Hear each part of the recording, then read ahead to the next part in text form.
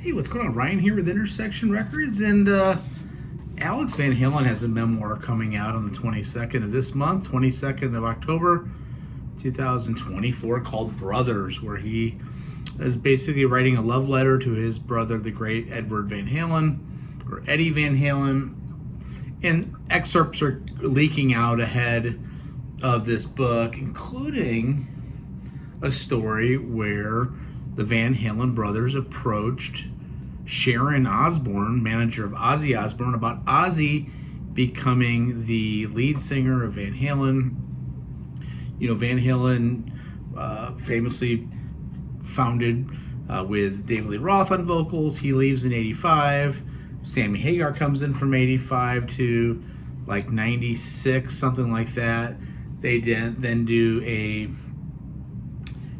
album, Van Halen 3, with the singer from Extreme, Gary Sharon, and there's then a hiatus, right, to like the 2004 tour that they do with Sammy Hagar, and approximately, they say, in 2001, a singerless Van Halen approached Osbourne.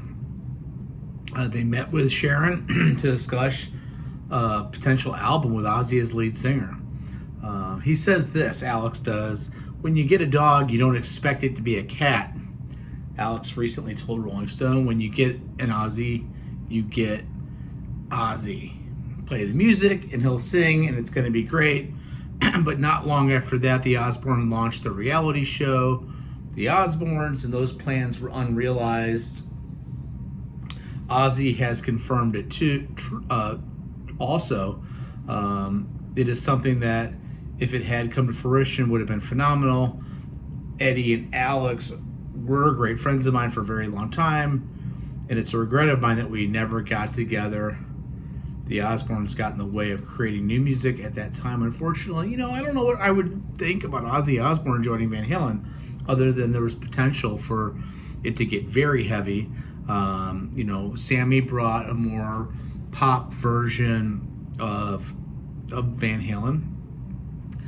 Going along with this story, Alex does say that the definitive magic and the definitive irreplaceable lineup was the 1974 to '85 lineup of David Lee Roth, Eddie and Alex Van Halen, and Michael Anthony on bass.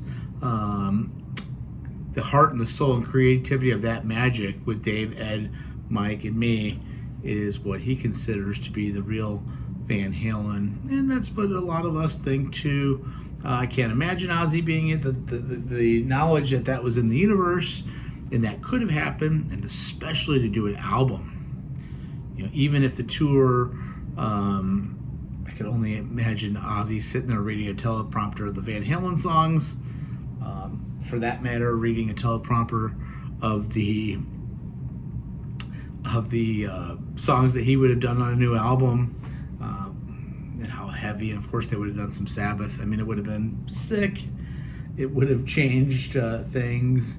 It also kind of gives you a peek into the headspace of maybe Eddie at that time, going that far outside of the box to bring in an Ozzy Osbourne, who's a legend in his own right as a solo artist and as a Black Sabbath frontman up to that point in 2001, to bring in Ozzy.